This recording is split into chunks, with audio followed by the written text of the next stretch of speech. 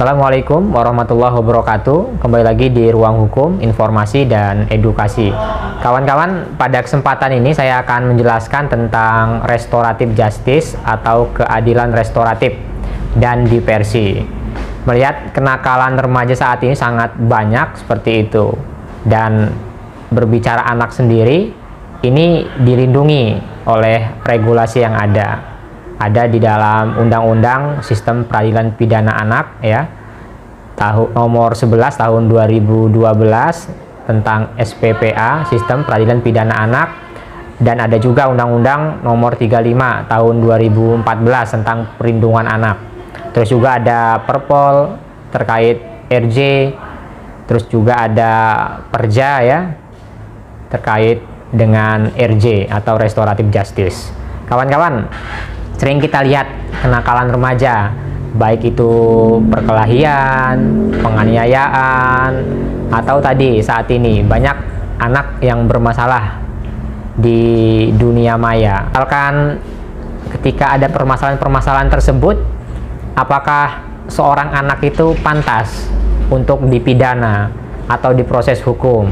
Jawabannya tidak, karena anak sendiri itu dilindungi oleh undang-undang.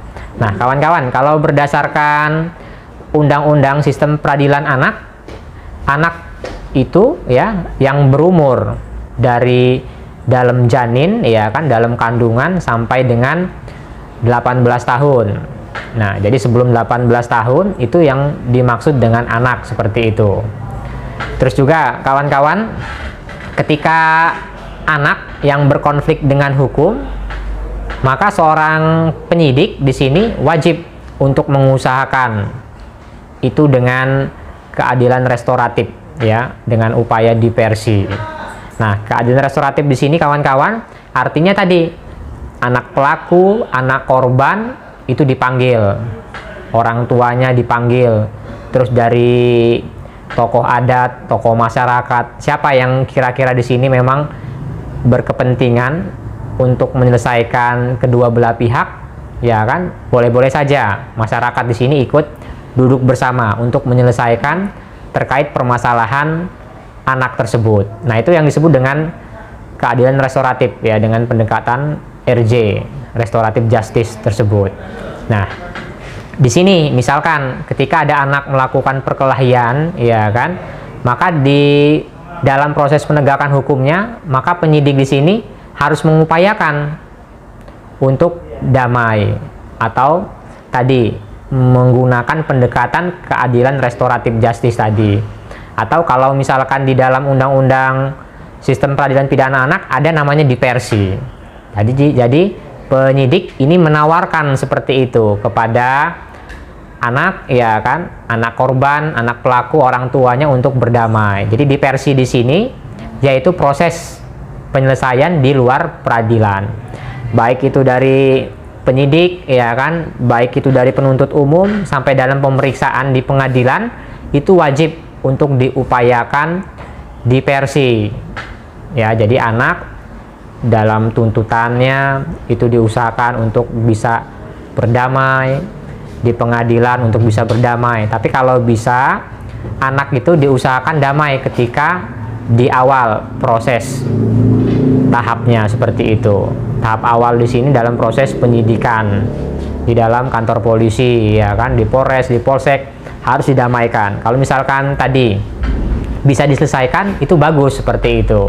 Jadi jangan sampai perkara-perkara anak ya kan, misalkan tipiring ya kan, ini dilanjutkan ke meja hijau. Tadi banyak ya syarat-syaratnya. Kalau dalam Undang-Undang Sistem Peradilan Pidana Anak yang bisa dilakukan diversi ya kan, ini ada beberapa syarat. Misalkan perkara tersebut bukan pengulangan, atau tadi anak tersebut belum pernah melakukan tindak pidana. Terus yang kedua, di sini anak korban mau berdamai ya kan, anak korban mau berdamai. Terus yang ketiga, di dalam prosesnya itu ada di sini ganti kerugian kepada korban. Di sini dalam hukum pidana ya, dalam diversi, dalam restoratif justice sendiri, bukan sebagai pembalasan, tapi sebagai pemulihan hak-haknya, pemulihan untuk korban itu sendiri. Nah, dalam keadaan tadi seperti itu, polisi, penyidik, hakim ya kan harus bisa melakukan pendekatan-pendekatan keadilan restoratif justice ini, kawan-kawan. Jadi tadi ya, jadi diversi itu upaya di dalam untuk menyelesaikan perkara di luar peradilan. Kalau keadilan restoratif sendiri yaitu dengan pendekatan-pendekatan memanggil anak korban, anak pelaku, terus juga tadi memanggil tokoh adat untuk bisa diselesaikan.